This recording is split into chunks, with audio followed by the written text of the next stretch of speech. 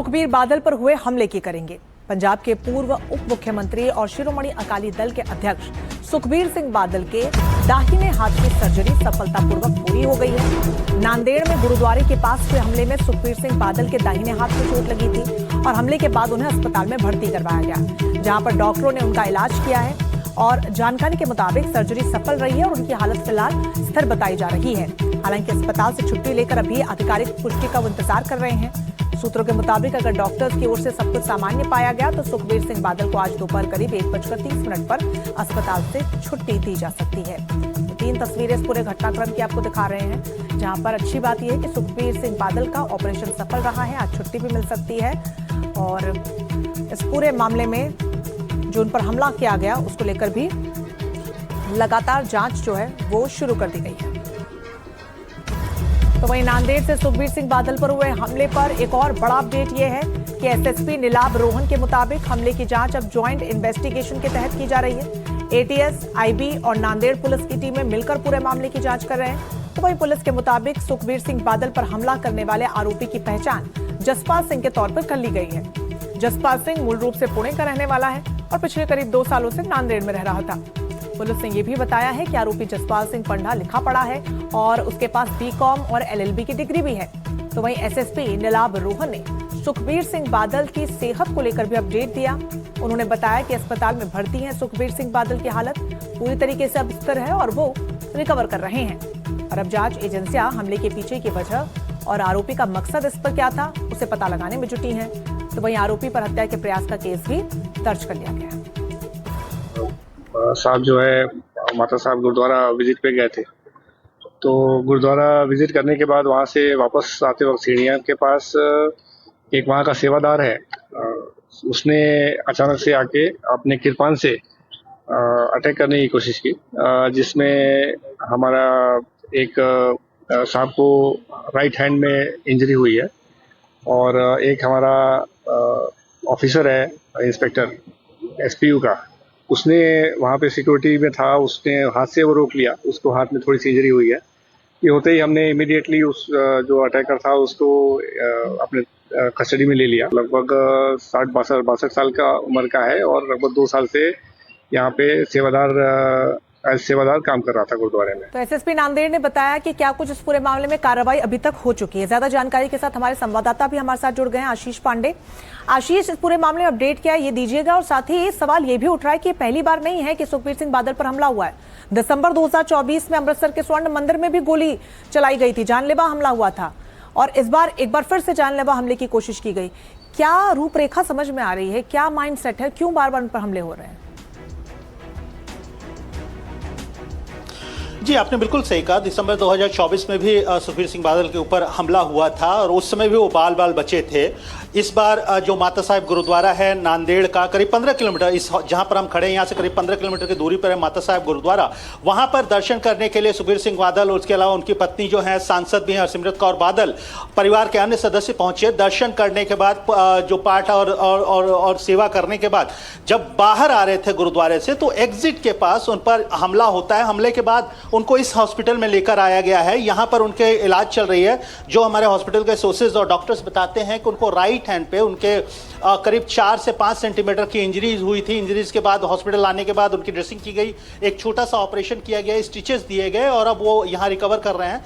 इस दौरान अभी जो मौजूदा अपडेट ये है कि हरसिमरत कौर बादल और परिवार के अन्य सदस्य सचखंड साहिब, एक और बहुत ही प्रमुख गुरुद्वारा है नांदेड़ में, वहां पहुंची हैं। वहां पर एक पाठ में वो हिस्सा ले रही हैं, परिवार के सदस्य वहां एक पाठ में हिस्सा ले रहे हैं और इस दौरान यहाँ पर सुखबीर सिंह बादल वो इस हॉस्पिटल में रिकवर कर रहे हैं। सुरक्षा व्यवस्था की बात अगर हम की जाए तो यहाँ पर काफी कड़ी सुरक्षा व्यवस्था की गई है। हॉस्पिटल में आने जाने वालों को पूरी पड़ताल की जा रही है और लगातार यहाँ पर न सिर्फ नांदेड़ पुलिस के जवान, फीमेल जवान जो है, फीमेल ऑफिसर्स हैं, उसके अलावा क्यूआरटी नांदेड़ पुलिस की, जो महाराष्ट्र पुलिस की क्यूआरटी है, उसके जवान भी लगातार यहाँ पर मौजूद हैं, मुस्तैद हैं।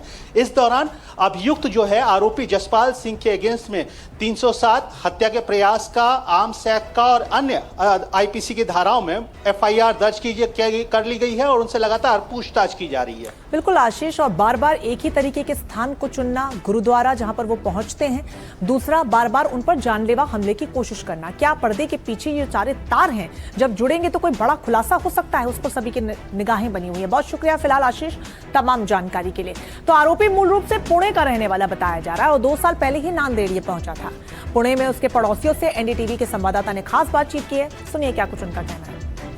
नांदेड़ के गुरुद्वारा में पंजाब के भूतपूर्व उप मुख्यमंत्री सुखबीर सिंह बादल, इनके ऊपर किरपान से जिन्होंने हमला किया वो पुणे लश्कर एरिया में रहते थे। जसपाल सिंह ऐदन इनके घर के पास हम हैं, उनको पिछले 40 साल से पहचानने वाले उनके जो पास रहने वाले जो लोग हैं उनसे हम बात करने की कोशिश करेंगे। सर, आप कितने सालों से उनको पहचानते? 30-35 साल से। उनका नेचर कैसा था? ये बहुत अच्छा, सारी भगवान की बातें लोगों को समझाया करते थे, बताया करते थे। भगवान की दर पे जाओ, गुरुद्वारा जाओ, सुबह सुबह उठ के रनिंग करो, वॉकिंग करो। उनके घर में कौन कौन रहते हैं अभी? उनकी बीवी और बच्चे थे। उनके बेटी की अभी क्या शादी हुई है? हुई है। तो अभी ये जो जसपाल सिंह ऐदन है, ये वकील भी है, यहाँ पे बोर्ड लगाया है एडवोकेट का, तो उनके पास कितने लोग आते थे? क्या वो टाइमिंग पे मैं उनको कभी देखा नहीं, पर वो जाते थे कोर्ट। उन्होंने यहाँ पे जो लोग हैं उन्होंने बताया कि कोविड के दौरान भी उन्होंने लोगों को बहुत मदद की थी और स्टूडेंट को कंप्यूटर एजुकेशन बिना किसी को पूछे खुद के पैसों से उन्होंने लोगों को। पड़ोसियों का क्या कुछ कहना है हमने आपको सुनवाया। इस पूरे मामले में अकाली दल और भारतीय जनता पार्टी की भी प्रतिक्रिया सामने आई है, सुनिए क्या कह रहे हैं उनके नेता। मगर इसमें जो बड़ी बात जो समझने की है, और मैं चाहूंगा गवर्नमेंट ऑफ इंडिया इसमें सीबीआई इंक्वायरी मांग करे। आज फडणवीस सरकार, गवर्नमेंट ऑफ इंडिया इस पे सीबीआई इंक्वायरी अगर मांग करेगी और 24 के इंसिडेंट को हरपाल रंधावा एसपी इन्वेस्टिगेट होए, अरेस्ट होए, उस वक्त की पंजाब पुलिस का रोल इन्वेस्टिगेट होए, उनका क्या लेना देना था नारायण चौड़े के साथ, क्या प्यार था, वो इन्वेस्टिगेट होए, क्योंकि ये दोनों एक एरिया से आते हैं गुरदासपुर से। फिर आज का होए, फिर समझ आए कि इसके पीछे कौन है, नहीं तो कल फिर हो सकता है। ये जांच जड़ी है सीबीआई तो सेंट्रल सरकार भी करावे, तो जी लोकल सरकार है उत्थे स्टेट सरकार है महाराष्ट्र की, वो अपनी एजेंसियों को भी करावे तां जो सच जरा वो सामने आ सके, लोगों को सच का पता लग सके। वहाँ का लोकल रहने वाला नहीं है, पिछले 2 वर्षों से वहाँ पर आकर गुरुद्वारे में सेवा करता था। तो किन कारणों से वो पंजाब छोड़कर यहाँ था, क्या था और किस कारण से उसने हमला किया, क्योंकि कोई उन्होंने ऐसा भाषण नहीं दिया, कुछ नहीं किया, क्या कारण रहा होगा।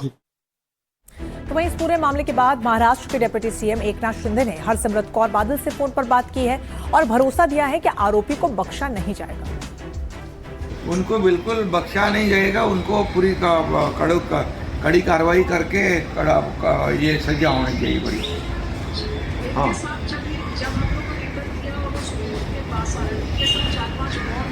अच्छा, नहीं मैं अभी वहाँ के इसको आईजी एसपी सबको बोल देता हूँ मैं। हाँ, मैं बोल देता हूँ, डीजी को बोलता हूँ कि कोई भी नहीं छूटे इसमें।